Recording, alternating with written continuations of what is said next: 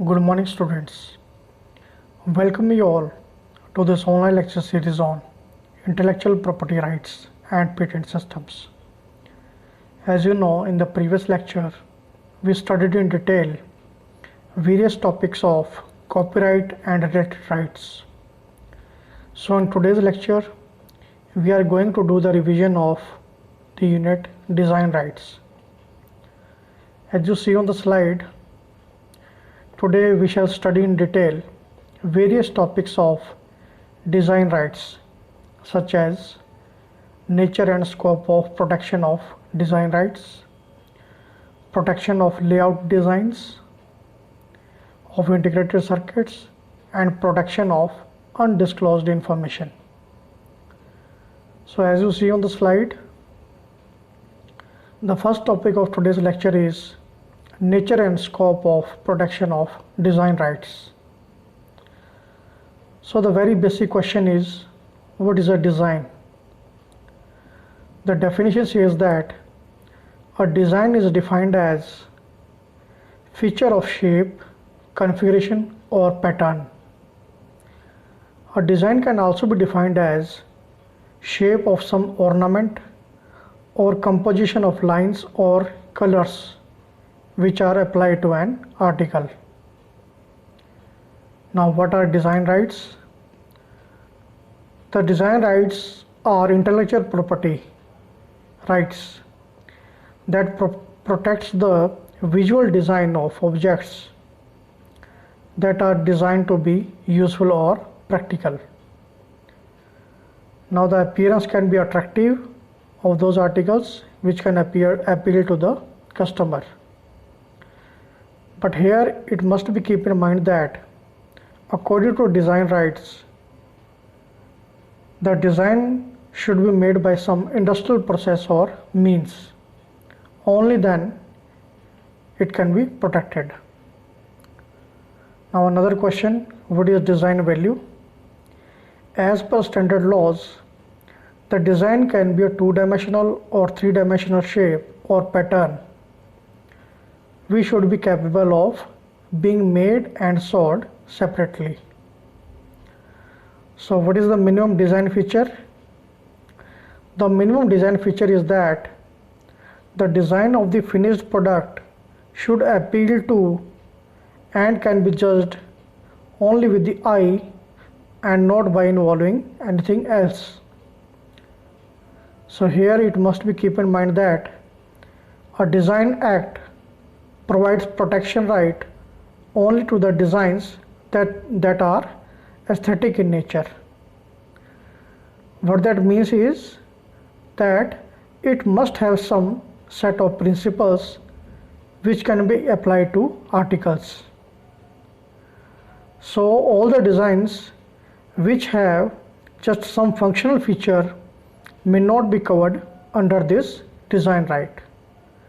Now another important question, what are various essential requirements for the registration of a design? There are many essential requirements such as it should be judged solely by the eye and the feature of the design should be visible. It should be new or original. It should not be disclosed to the public in India or elsewhere in the world by prior protection or any other use. It should be significantly distinguishable from designs or combination of designs that are already registered or pre-existing or disclosed to the public. It should not include any obscene or offensive matter. It should not include any feature that is purely functional. And another feature is it should not include any trademark or property mark or artistic work as defined under the Copyright Act. Now another important question is, what is industrial design? It is an intellectual property right that protects the visual appearance of industrial or handicraft articles. I hope you have now thorough understanding of this topic of nature and scope of protection of design rights. Now let's move to the next slide for the study of protection of layout designs of integrated circuits. So the very basic question is, what is integrated circuit? The definition says that it is an integrated circuit or electronic chip or device that has many individual electronic components within a single integrated platform using some semiconductor material. And this material is basically silicon, in which the chip is created with the help of semiconductor wafer by using some fabrication process.